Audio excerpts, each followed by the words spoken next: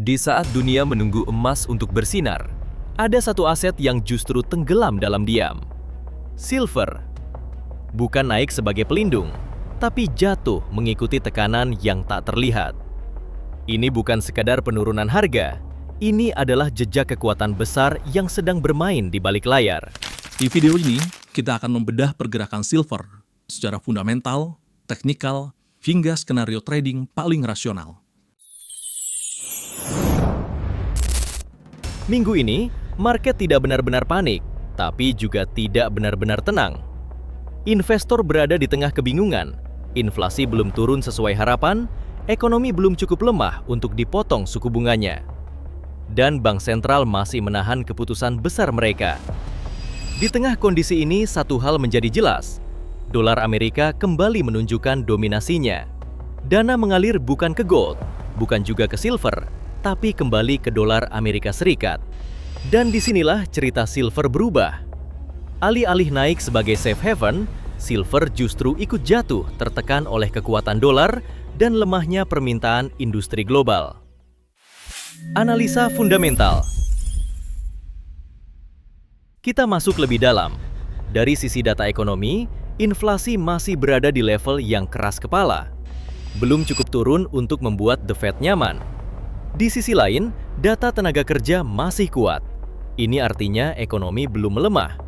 Dan ketika ekonomi masih kuat, The Fed tidak punya alasan untuk cepat menurunkan suku bunga. Pesannya jelas, yaitu higher for longer. Suku bunga tinggi mendorong imbal hasil naik, dan itu adalah tekanan langsung untuk logam mulia seperti silver. Sekarang kita lihat dari sisi global. Permintaan industri yang menjadi salah satu kekuatan utama silver justru menunjukkan tanda pelemahan. China sebagai motor industri dunia belum pulih secepat ekspektasi. Manufaktur global masih bergerak lambat. Kesimpulannya, silver saat ini berada di bawah dua tekanan besar, dolar yang kuat dan permintaan yang lemah.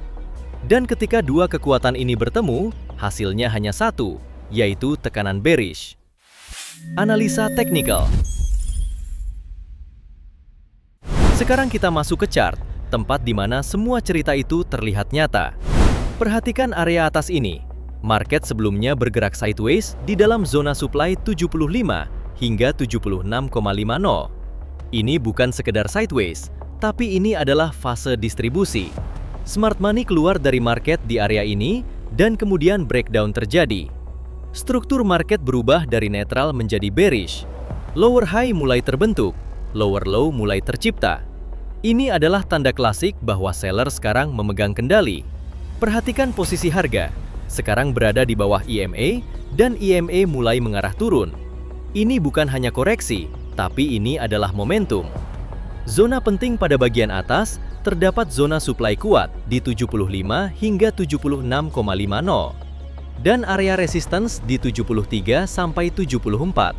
Area ini sudah diuji dan gagal ditembus. Sekarang kita berada di area krusial. Pada bagian bawah terdapat area support di 71 hingga 70. Jika area ini ditembus, maka jalan menuju zona berikutnya terbuka. Dan di bawah sana ada zona demand besar di 69 hingga 67,50. Tempat di mana kemungkinan besar buyer akan kembali masuk. Kesimpulannya, tren adalah bearish. Struktur breakdown sudah valid, momentum masih dikuasai seller. Artinya market belum selesai turun. Skenario trading.